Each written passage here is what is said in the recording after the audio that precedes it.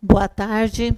Nós vamos dar início agora ao minicurso Empreendedorismo na Engenharia.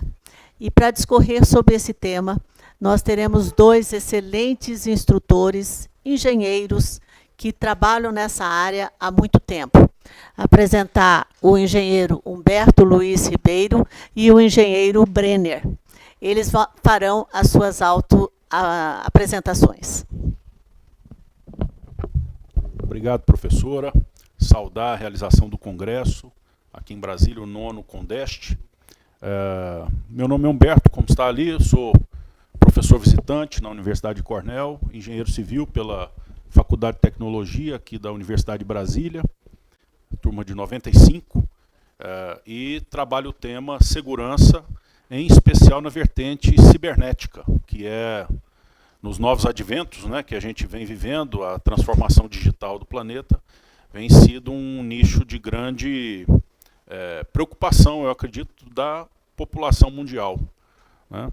Agradecer aqui a oportunidade de estar com o professor Breno também, dividindo esse painel, e, enfim, todos que estão participando conosco e online. Nós temos alguns slides que a gente gostaria de apresentar.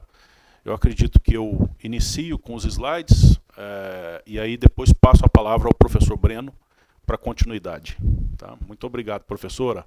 Mais uma vez, parabéns pelo congresso. O tema que nós fomos convidados, empreendedorismo na engenharia de segurança do trabalho. E eu coloco ali na capa, logo na abertura, professora, a senhora nota ali que tem aquele biscoito chinês, não é? É o biscoito da sorte, que se diz. Às vezes ele traz notícias boas, às vezes ele traz notícias ruins. E acredito que o empreendedorismo, quando praticado de forma não consciente, ele se torna um biscoitinho da sorte. A gente fica à mercê de situações, né, quaisquer de mercados, que determinariam sucesso ou fracasso de uma iniciativa empreendedora. O que a gente gostaria, nesses slides aqui que eu trago, é de mostrar algumas situações e condições que podem ser trazidas com habilidade, tanto tecnológica, da engenharia, quanto da gestão, da administração de empresas e assim por diante, e outras. A gente pode, de repente, aumentar ou eliminar esse fator aleatório de sorte. Empreendedorismo é algo consciente, é algo tecnologicamente alicerçado, para que seja algo, obviamente, que gere resultados para o empreendedor e para a sociedade, para o mercado que ele atende e a sociedade em geral. Então, vamos tentar mitigar o biscoitinho da sorte, que está ali na tela. Por favor, Breno. Obrigado. Uma outra coisa importante, em linhas gerais, empreendedorismo é algo que denota uma intuição nata ou uma situação, às vezes, de necessidade até das pessoas para empreender algo e gerar o autoemprego, né? Situações econômicas que forçam parte da sociedade nesse sentido. Eu pego aqui um dado das Nações Unidas, do Banco Mundial, onde eles fizeram uma análise da população mundial e também, obviamente, por países, mostrando o grau de aproveitamento da força de trabalho que se tem em cada país. Isso é importante, porque quando a gente nota, por exemplo, o Brasil não ranqueia tão bem nos índices de produtividade da força de trabalho. Seja por falta de incorporação tecnológica, por falta de preparo em formação profissional, ou outros quesitos que sejam, o Brasil deixa, então, a desejar na questão de produtividade. E, com isso, uma resultante que se tem é o aproveitamento do capital humano. Esse é o estudo do Banco Mundial, né? O último que se tem aqui, no caso, é de 2019. Nós notamos, por exemplo, que o aproveitamento do capital humano no Brasil, no talento, né, brasileiro, no trabalho, nós temos um índice onde o Brasil só atinge 38,7% do seu potencial. Ou seja, é praticamente 1/3 apenas do potencial que se tem na questão do capital humano brasileiro, né? É uma resultante de diversos índices que são compostos que dá aquele resultado ali, então, muito obrigado, que dá um resultado ainda muito fraco para o país. Uma das alternativas, então, isso enquanto brasileiro, me coloca numa situação de preocupação. Mas, seja como empreendedor ou como professor, me traz uma situação também, esse desconforto me traz uma situação de estímulo, de oportunidade. O que é que podemos fazer para elevar? Uma das vertentes é a vertente do empreendedorismo, onde nós poderíamos trabalhar esse capital humano ocioso, vamos dizer, mal aproveitado, para dinâmicas empresariais e inovadoras que pudessem produzir mais, né, com esse talento humano disponível no Brasil. Então, esse é um primeiro ponto que traz uma visão macro. Por que empreender no Brasil? O primeiro passo é porque nós temos talento ocioso, né? Segundo esse indicador e outros também. Por favor, Breno. E nesse sentido, trazer a atenção de que empreendedorismo não é apenas um lado romântico e que às vezes a gente vê histórias, casos de sucesso, né? Na trajetória de empreendedores, quando se analisa, e no meu caso também é assim, você tem vários casos de sucesso, mas também vários casos de fracasso, quando se faz a trajetória empresarial. E nesse sentido, uma coisa que a gente chama a atenção é de que, como a gente disse, empreender não é algo aleatório, né? O que nós precisamos, no primeiro ponto, é que às vezes a gente se apaixona por uma ideia, uma oportunidade, ou tem uma necessidade tão grande por buscar uma solução na vida e coisas desse tipo, que às vezes a gente faz o que o avestruz está fazendo ali. A gente esconde a cabeça para não enxergar a realidade que está em torno da gente. Seja de mercado, de força de trabalho, de parcerias, de concorrentes, de adventos tecnológicos, né?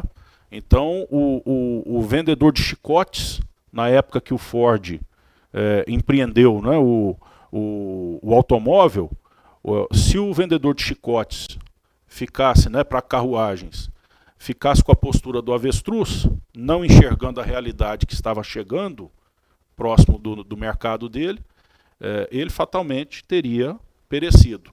Alguns devem ter perecido empresarialmente, mas outros devem ter buscado outras alternativas. Então, ali o avestruz é para lembrar a gente o seguinte, que existe a realidade. Várias são as perspectivas nessa realidade. E nós temos ali duas condições. Aceitar a realidade, abraçar a realidade. E a segunda, obviamente, com o ímpeto da inovação, a gente buscar mudar a realidade também, trazer para novos mercados, novos clientes, novos conceitos de produtos, né, de serviços e assim por diante. E uma coisa, nós todos como engenheiros, nós sabemos, né? Uma realidade ela é concreta. A única certeza que se tem é que o mundo está em transformação.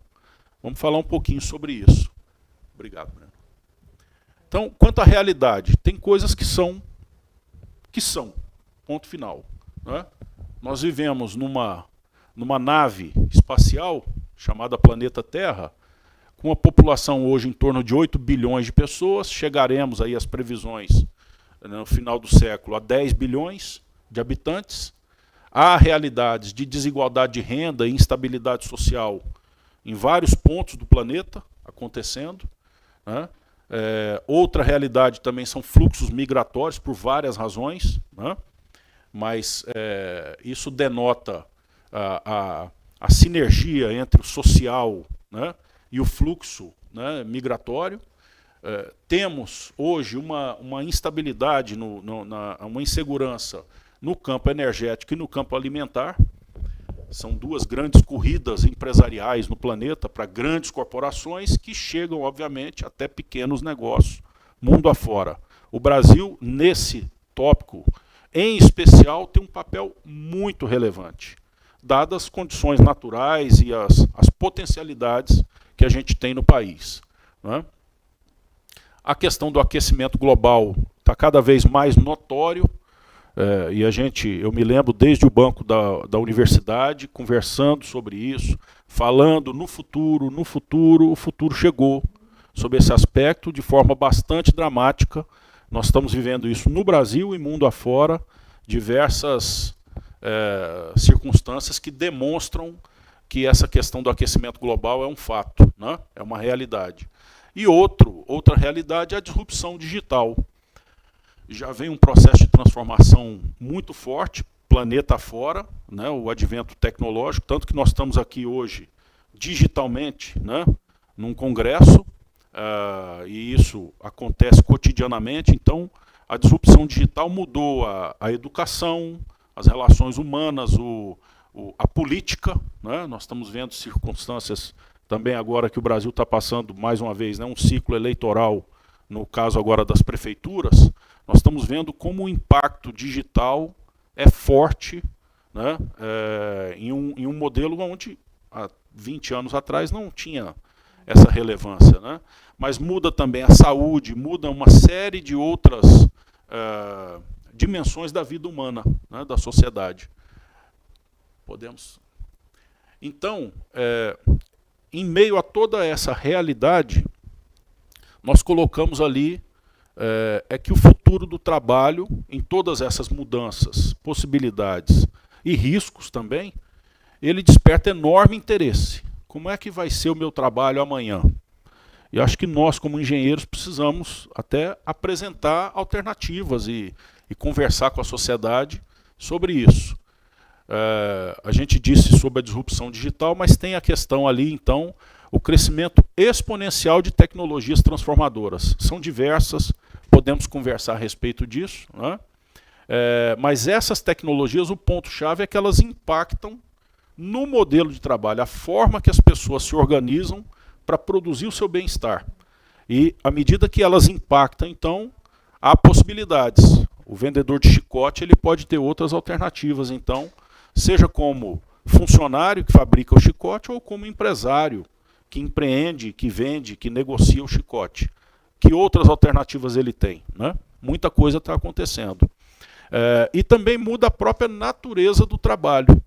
A força de trabalho, o ambiente de trabalho. Hoje nós temos organizações, e o advento da pandemia, da Covid, foi muito interessante em deixar claro esse ponto.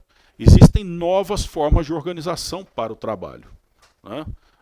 E nesse sentido, então, a natureza, a força de trabalho, a forma de conectar pessoas para produzir em conjunto, né, de colaboração, e do próprio ambiente, eles se transformam, né?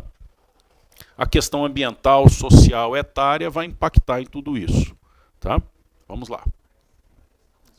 Sim.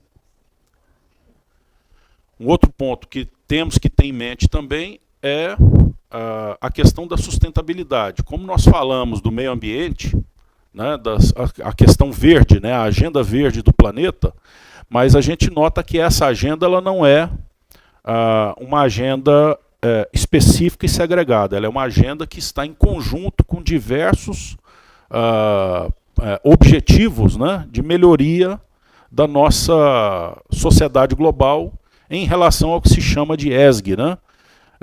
A questão ambiental, social e de governança desse ambiente. Eu chamo a atenção que tem nos Objetivos de Desenvolvimento Sustentável da ONU, que estão apresentados aí no slide, nós temos um ponto ali em relação a trabalho decente e crescimento econômico, é o item número 8, mas que também transborda, dentro do interesse desse congresso, transborda para outros aspectos ali em sinergia, né? Isso tem a ver desde redução de desigualdades, a questão das cidades sustentáveis, a questão de paz e justiça social, né? Ações contra a mudança do clima, educação de qualidade, tudo isso, enfim, vai girar de forma integrada com o objetivo número 8 ali, talvez seja o de imediata identificação aqui com o Congresso. Então, nesse aspecto, agora começamos a falar sobre o empreendedor. Quem é esse empreendedor? O empreendedor é o agente de transformação. O empreendedor é aquele, segundo o professor Filhon, é aquele que imagina, desenvolve e realiza visões. Então, se essa visão está conectada com a realidade do planeta, está conectada com a realidade do seu mercado local ou do mercado atendido, né, pela sua iniciativa, né, e você tem uma visão que melhora para o seu público-alvo, para o seu cliente, essa dimensão de entrega de soluções, você tem uma possibilidade, então, de negócio. O empreendedor também é o motor da economia. Ele é que faz gerar a dinâmica de emprego, a dinâmica de serviços, de produtos, mercadorias. Ele é que ativa economicamente a nossa construção de bem-estar, né? E o empreendedor ele tem um ponto que é fundamental. O empreendedor é aquele que sonha. Quando a gente diz lá em cima, o professor Filhon diz que ele imagina, né, ele está sonhando. O sonho é fundamental. Agora, o papel do empreendedor é colocar datas para a realização dos seus sonhos. À medida que se coloca data, o sonho se transforma em meta, né? E aí a gente começa a ter métricas tangíveis para serem buscadas, seja de tempo ou de espaço, né, de dinâmica física. Tá? Portanto, numa definição mais acadêmica do professor Schumpeter, empreendedor é aquele que destrói a ordem econômica existente pela introdução de novos produtos e serviços, pela criação de valores, de novas formas de organização ou pela exploração de novos recursos e materiais. Por favor. E um detalhe, nós estamos hoje vivendo um momento, inclusive nesse momento acontece a Assembleia Geral da ONU em Nova York.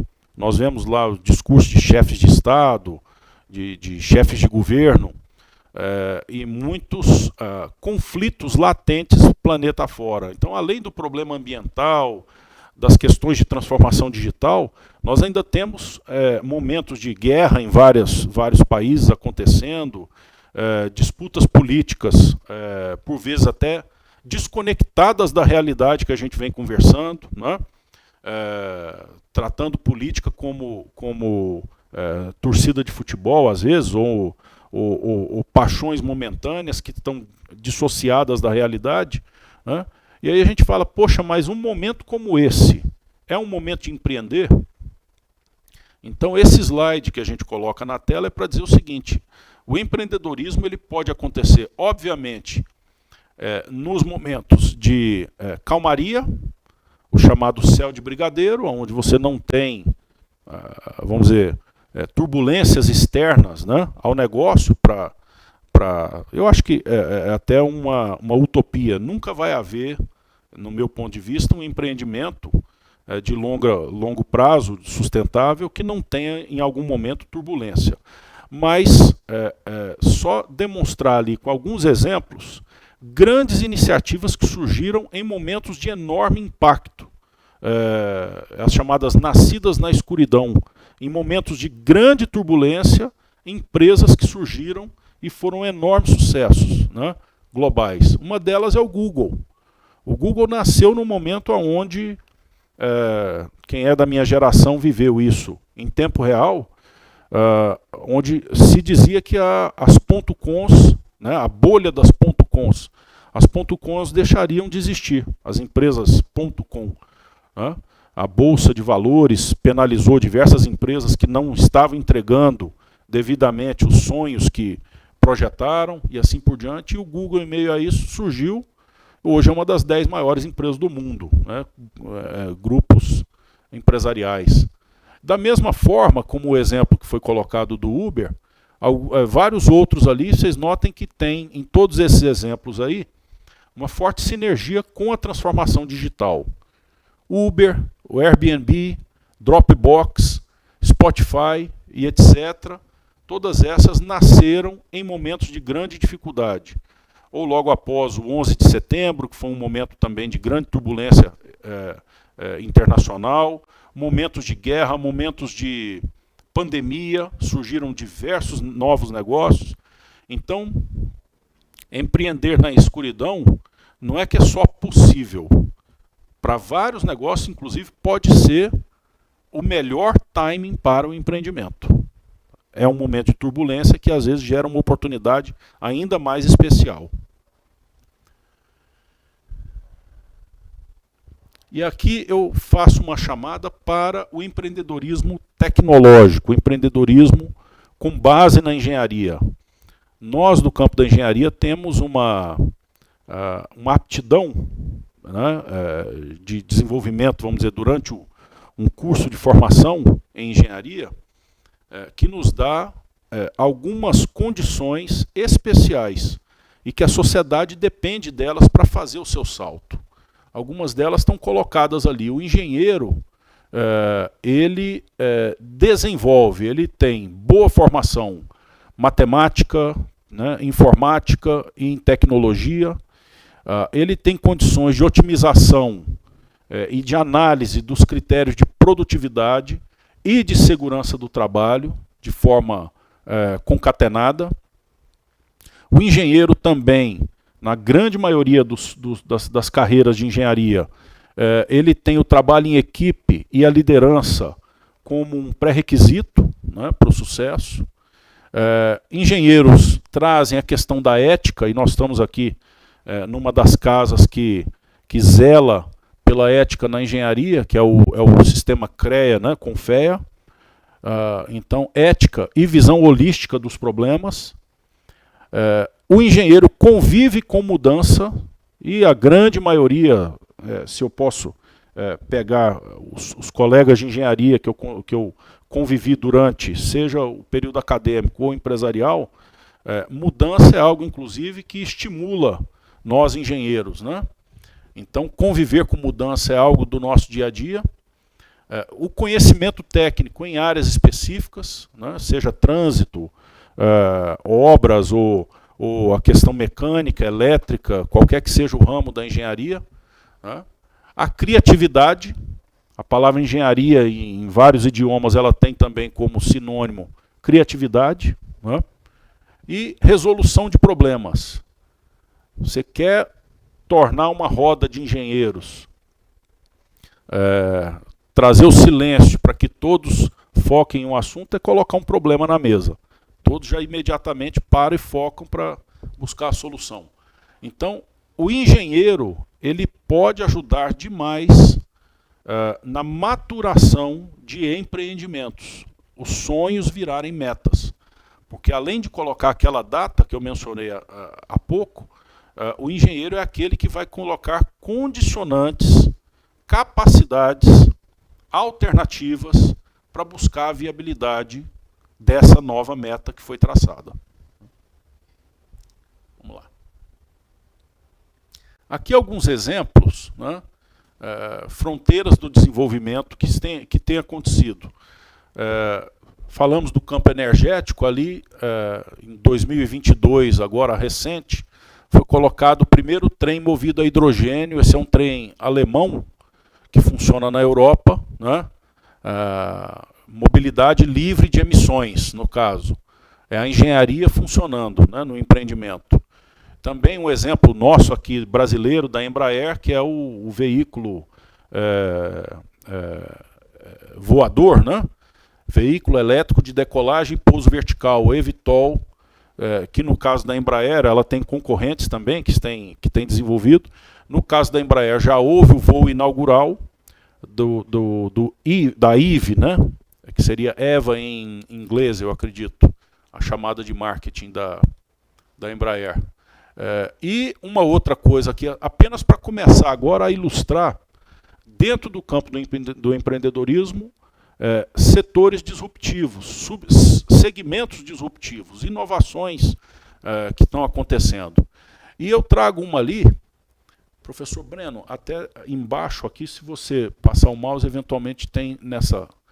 Pode apertar o play para a gente, por favor? A gente vê um container ali, que na verdade ele é uma casa. Isso é uma empresa americana, existem outras também, né? Que você compra a casa pronta. Ele fala nesse vídeo aí de 50 $50 mil, né? Uma casa já com geladeira, televisão, ar-condicionado, a casa chega pronta, né? Então é um container que pode ser despachado de navio, de caminhão, para onde seja o ponto de função. Ele demonstra ali a capacidade dos novos materiais que ele usa também, então a coisa passa a se tornar um Lego. Aí a gente tem uma ideia também de como é a fábrica que faz esses containers, né? Então imagina como se transforma, no caso, um canteiro de obra. Vocês estão vendo situações ali, a fábrica está produzindo o material já com um desenho todo próprio, né? Para aplicação específica, né? Material à prova de fogo, resistente a frio, uma série de características interessantes, né? E o modelo construtivo completamente inovador. Então imagine, aí eles já falam que estão com mais de 70 países operando,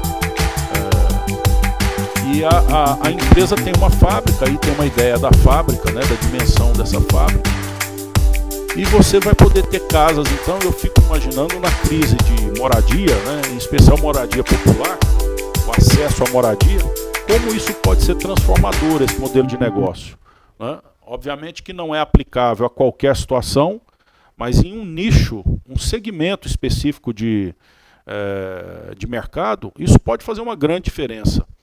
Essa empresa, seguramente, se esse for um subsegmento interessante empresarialmente, ela não será a única a ocupar esse espaço no mercado. A gente já tem notícias aí de outras, inclusive brasileiras, que estão explorando esse conceito de você pré-fabricar a casa inteira e ela ser apenas montada, não é o pré-moldado. Vocês viram ali que apenas levanta as paredes e em menos de 24 horas tem uma casa pronta para a família, né, usuária.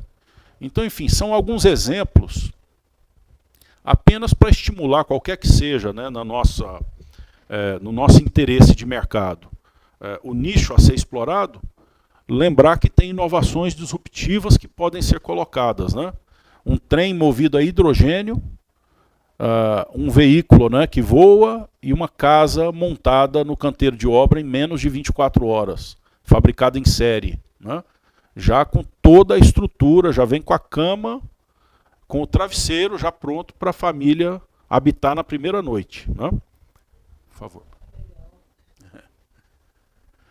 Também um ponto importante para aqueles que vão para o campo do empreendedorismo, para todos em geral, né? Mas o apelo ao empreendedor pela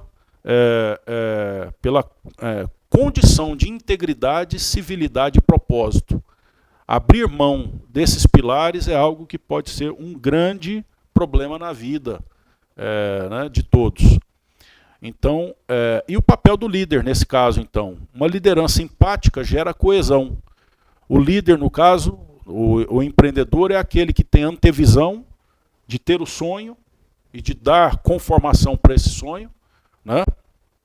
Planejar o futuro de forma responsável e frutífera.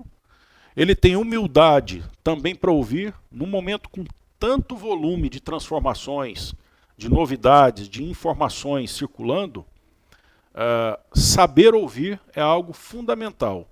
E saber também de quem ouvir, porque o problema nosso hoje é de uma abundância de informação tão grande que tem um ditado indiano, professor aqui, diz que na inundação procure água limpa.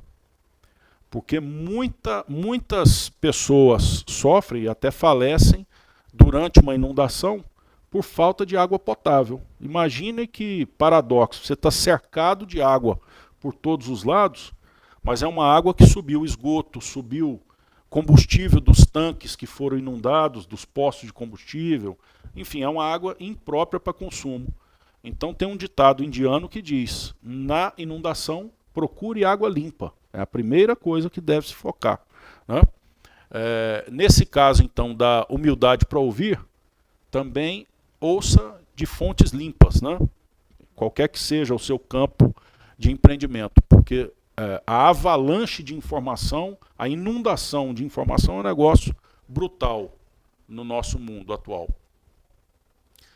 Outra coisa é ter abertura, relação clara e transparente com a sua equipe, com os parceiros de negócio também, fornecedores, clientes, para eliminar a complexidade de cenários e construir confiança. Confiança é base para qualquer negócio de sucesso. A confiança de todos que participam do ecossistema e outros, obviamente, que estão em volta nessa condição. E o outro quesito que eu chamo a atenção é o comprometimento.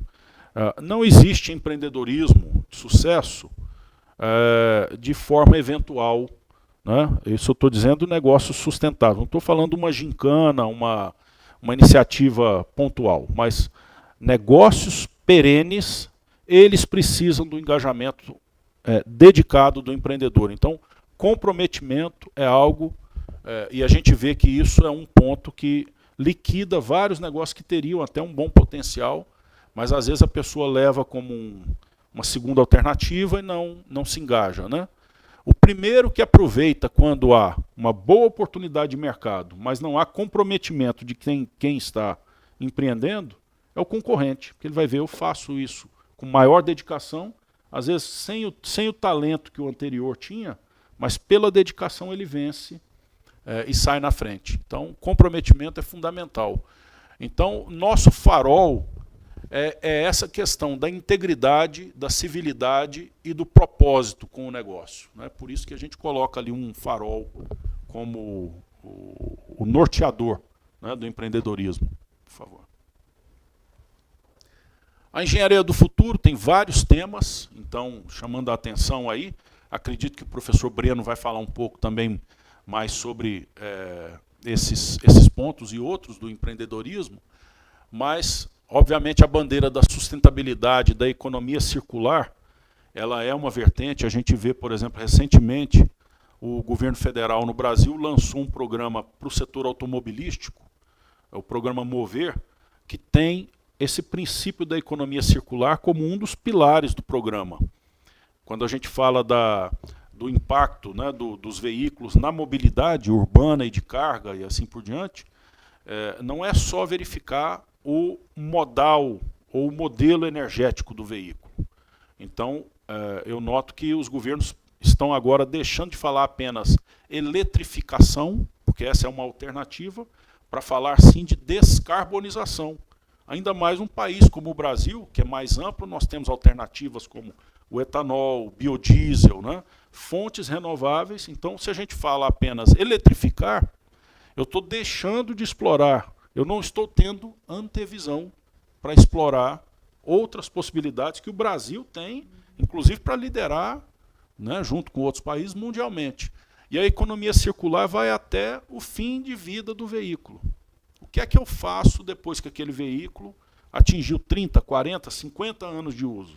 Que é o que a gente vê aí nas cidades ou no campo, carcaças de veículo, às vezes apodrecendo, né, virando até o ninho do mosquito da Zika, né? E o que acontece? Precisamos pensar, então, nós como engenheiros, várias possibilidades de negócio para a reciclagem, e essa matéria-prima volta à cadeia produtiva, volta à linha de produção para novos veículos. Citei o exemplo do veículo, mas isso vale para vários outros segmentos, né? A energia renovável também já mencionei. A cadeia produtiva tem várias transformações. Nós temos falado aí de indústria responsiva, esses estão bem conectados. Na verdade, todos eles ali fazem parte de um mosaico, né, desses temas que estão aí na tela. Mas a indústria responsiva é aquela que o cliente, em tempo real, interfere na linha de produção, né? Alguns chamam de indústria 4.0, né, e assim por diante.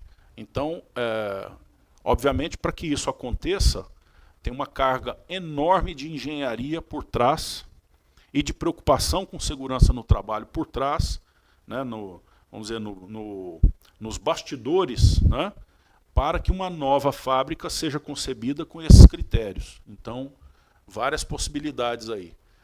Outro ponto de grandes oportunidades é o ciberespaço. Esse é um ambiente onde a gente nota, inclusive, a gente vê em tempo real, nas nossas famílias, assim por diante, como gerações diferentes, o avô, o pai e o filho, como têm posturas diferentes em relação ao cyberespaço, né? Ali tem todo um oceano de informações, né? Um universo, por falar que é espaço, um universo, né? Outro ponto é o princípio de que tecnologia é aplicável a tudo. Se a gente aborda dessa forma, qualquer que seja o nicho de mercado, pode haver possibilidades. Também o campo da engenharia de novos materiais. Nós vimos lá o caso da casa, o sujeito com um lança-chamas mostrando que a parede não pega fogo, né? Mas, pela questão da segurança e por outros critérios também, de avaliação de novos materiais, muita coisa tem surgido nesse campo. As cidades inteligentes, precisamos ter transformações aí sim radicais no uso de energia nas cidades, na mobilidade urbana, né? A gente, enquanto engenheiro, encara a mobilidade como um meio de produção, né, das pessoas terem conveniência no seu deslocamento, segurança e logística para o seu suprimento, né, no dia a dia de vida, é uma vertente enorme, né?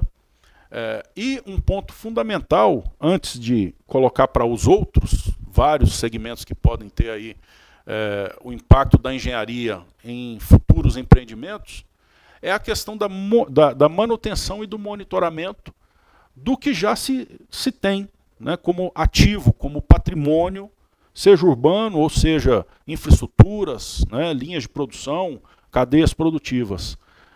Em Brasília nós tivemos um fato muito desagradável, que foi, por exemplo, o rompimento de um viaduto do Eixão.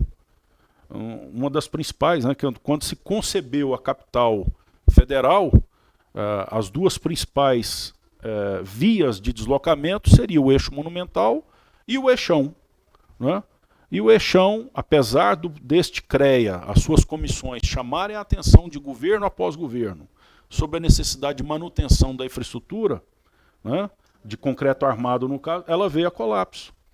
Ou seja, há, no nosso ponto de vista aqui, também excelentes oportunidades de monitoramento, de manutenção, de acompanhamento de toda a estrutura já existente, né?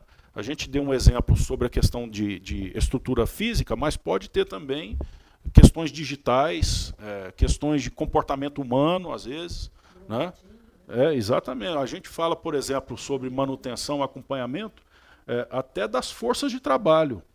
Hoje, com essa questão do trabalho remoto, muita mudança no convívio social, né? Surgem disrupções chamadas burnout, né? As pessoas sofrendo por alguma circunstância específica. Isso precisa ser acompanhado também. Então, atividades relacionadas à manutenção e monitoramento também são boas perspectivas, né? Exatamente. Manutenção e monitoramento, o Rio Grande do Sul teria provavelmente sofrido muito menos, né?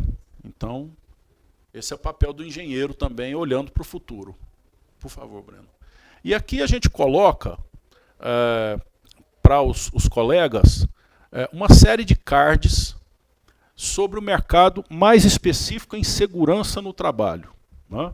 Eu estou aqui dando um passo mais focado no advento da segurança do trabalho, para verificar quais são soluções e oportunidades aí que a gente poderia estar explorando aí de acordo com o perfil também de cada empreendedor, né? Temas, por exemplo, como tecnologias vestíveis. Eu coloco ali, em cada um deles, ao final, né, e a apresentação fica disponível, né, para quem tiver interesse em pegar. Eu sei que a letra fica muito pequena na projeção, mas a pessoa pode olhar exemplos, alguns brasileiros, outros internacionais, mas para cada tema. Então, tecnologias vestíveis, né, os chamados wearables, né, o próprio relógio que monitora o batimento cardíaco. Mas, além disso, ele pode monitorar a queda. Um acidente de trabalho ali, ele pode estar em tempo real, né? Outra questão também, soluções de monitoramento remoto, sensores no ambiente de trabalho. Nós tivemos, nesses últimos dias, em razão das queimadas, né, uma condição de qualidade do ar horrível nas grandes capitais e em várias outras cidades, né? Brasil afora. Então, soluções de monitoramento remoto, seja para uso urbano, ou seja para uso corporativo, né, das instituições, das organizações. Né? A prontidão cibernética. Hoje falamos muito sobre segurança, cibersegurança, na perspectiva de como recuperar após um ataque. E aqui a chamada que eu faço de forma bastante explícita, pontual, é que isso aqui precisa ser encarado como nós engenheiros e o pessoal da aviação, né, encara a decolagem de um avião. Todo o esforço é feito antes da decolagem para que não haja um incidente aéreo. Então, precisamos aprender com esse histórico de aviação, né, que temos no planeta, a engenharia desenvolveu, né, para isso. Precisamos trazer de forma correlata para o ambiente cibernético. Depois que há o vazamento, a semelhança que se tem com o mundo da aviação é que naquele momento já é contagem de corpos. Já foi. No campo cibernético não estamos lidando mais com a eventualidade de um jovem espirituoso que invade a NASA. Não é isso, mas isso era coisa de filme lá na década de 80. Hoje são organizações criminosas completamente sofisticadas, focadas no assunto, com planejamento de meses para realizar um ataque. E com sucesso, infelizmente. Então, a chamada aqui é para que atuemos com prontidão cibernética. É o lado da prevenção. Existe um corolário, professora. O governo americano implementa ele em algumas circunstâncias, de que o ataque cibernético tem 7 etapas. É como age o criminoso no ambiente cibernético. A terceira etapa é quando há a incursão. Ele efetivamente rompeu o firewall da organização. Então, portanto, as etapas 1 e 2 são etapas de planejamento. Ele está levantando inteligência para realizar o ataque, que seria a etapa 3. Portanto, aqui a oportunidade que se coloca é para que as organizações estejam conscientes que não adianta só o backup, só o firewall. Isso aí eu estou falando da etapa 3 em diante. Mas aqui a chamada é para que a gente atue na etapa 1 e 2. É antes do avião decolar, que a gente garante que ele vai chegar em segurança lá no outro ponto. Né? Outra questão também importantíssima é a inteligência artificial, que tem chegado e invadido vários segmentos de mercado, né? A aprendizagem de máquina. Então, trabalhar com análise, ciência de dados preditiva, né? E aqui eu vou fazer até uma confidência sobre a elaboração desse slide. Esse slide eu joguei alguns critérios e contei com uma ferramenta de inteligência artificial para me ajudar a trazer os exemplos de empresas de sucesso que vêm atuando nesse setor. Então, vocês imaginem, como eu que sou da geração ali do gibi do Walt Disney, tinha na minha época o professor Pardal. E sempre que ele tinha um problema, né, que ele queria resolver, ele tinha um chapéu que ele colocava, que tinha um ninho de pássaros e que 3 ou 4 cabeças pensam melhor do que uma, né? Então, aqui no caso, eu usei uma cabeça de inteligência artificial para complementar os pontos que eu gostaria de trazer no slide para essa apresentação. Isso é só um exemplo daquele item lá, as oportunidades de negócio que podem surgir. Plataformas de treinamento e educação, obviamente, levar a cultura da segurança do trabalho em novos patamares, né, de oportunidade. Os softwares de gestão de segurança no trabalho, também fundamentais, né? Eles podem registrar os incidentes, trazer as questões de gestão de conformidade perante qualquer que seja a norma técnica que está sendo seguida e assim por diante. Os programas de saúde mental e bem-estar, como a gente falou, né, organizações têm vivido momentos aí de burnout de funcionários, e hoje, quanto mais a gente aumenta a produtividade, mais o nosso profissional, a nossa equipe, está trabalhando com ativos intelectuais. Não é mais a força física, é a força intelectual. Então, se eu tenho alguém que está desmotivado ou com algo, inclusive, mais sério, é a empresa, é a iniciativa que também está perdendo. Então, você tem o lado aí humano, obviamente, de estar com um colega em condições, né, aptas para estar desempenhando na sua melhor capacidade, mas a empresa também está perdendo se esse profissional não estiver desempenhando corretamente, né? Ali a convergência, né, com as soluções de sustentabilidade e segurança verde, e vários pontos têm surgido. Achei interessante algumas das iniciativas que eu vi ali, de, por exemplo, equipamentos de proteção individual, ou outros tipos de soluções aplicáveis que são biodegradáveis, por exemplo. Então a pessoa vai fazer um canteiro lá na Amazônia, você já tem uma série de preocupações, né, em reservas ambientais, por exemplo, uma série de preocupações para não interferir naquele ambiente, naquele habitat, né? Mas aí fica ali um plástico, um vidro, algo desse tipo indesejável. Já tem empresas, portanto, preocupadas até com esse tipo de biodegradabilidade daquilo que está sendo usado no empreendimento, né? Serviços de consultoria em geral também, de conformidade e outras, né, de cultura de segurança, né? E soluções customizadas para segmentos específicos, né? Equipamentos ali, por exemplo, que são feitos sob medida para público com necessidades específicas, né? E ali trazemos um exemplo aqui do Brasil, que é uma fábrica de calçados em Franca, em São Paulo, que ela tem uma linha toda especializada para o diabético. Porque o problema, né, imagine um dentista, né, um profissional que trabalha em pé há muito tempo e tem diabetes, uma feridazinha no pé pode virar um problema enorme. Então já temos no Brasil uma empresa que produz uma linha específica, talvez tenhamos outras, né, mas como exemplo ali, achei interessante essa daí, né? Enfim, para concluir, agradecendo, né, professor, ao Congresso, estou à disposição, e passar a palavra aqui para o meu amigo, o professor Breno, para a continuidade dos slides dele. Obrigado. Obrigado a todos. Obrigado.